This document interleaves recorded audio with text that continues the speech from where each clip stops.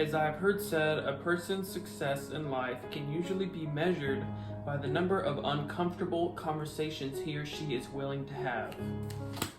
Those of you that haven't read the book that this quote is coming from, it is The 4-Hour Workweek. And I've been reading it on and off for quite some time now, but it is a great book and I've definitely been learning a lot about it.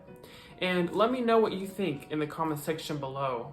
Can your level of success be determined by the amount of uncomfortable conversations you have? I'm curious to know. How has reading changed my life for the better? Well, I think it all starts back in high school. My senior year was relatively easy compared to the rest of my years in high school.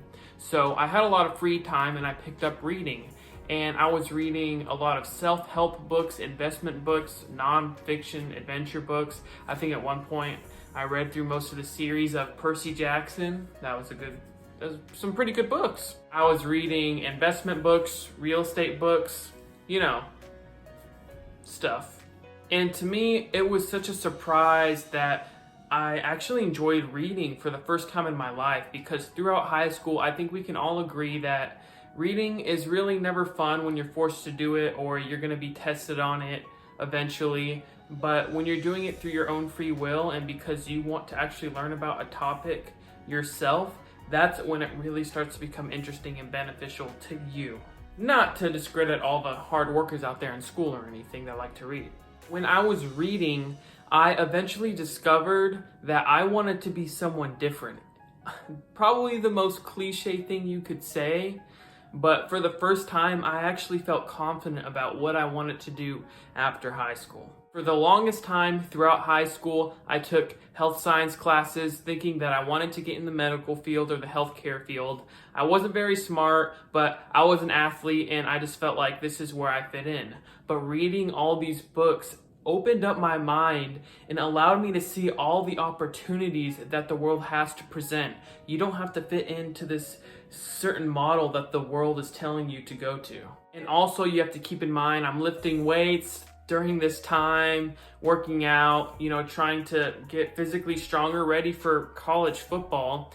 But in this time, I was also really trying to invest in my mind before I got into college, because it was my senior year in high school where I really started to see the importance of investing in your mind and not just trying to get strong in the weight room. And God said himself in 1 Samuel chapter 16, verse 7, "But the Lord said to Samuel, do not consider his appearance or his height, for I have rejected him.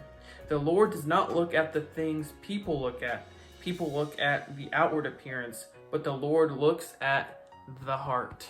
Guys, reading allowed me to see all the opportunities that the world has to offer. And it's what inspired me to start this YouTube channel. If I hadn't started reading and investing in my mind, I probably wouldn't have made this video or even a YouTube channel.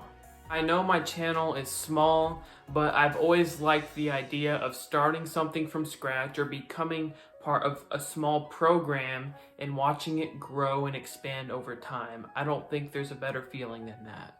And my hope at the end of the day, whether my channel dies or ends up growing exponentially, is that God is glorified through it all. Reading changed my life, and I'm by no means perfect.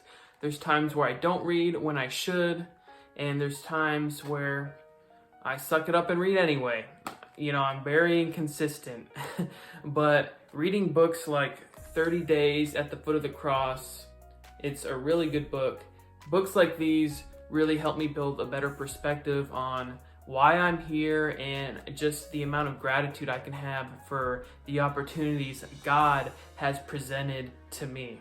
Reading has changed my life, and I know that it can do the same for you.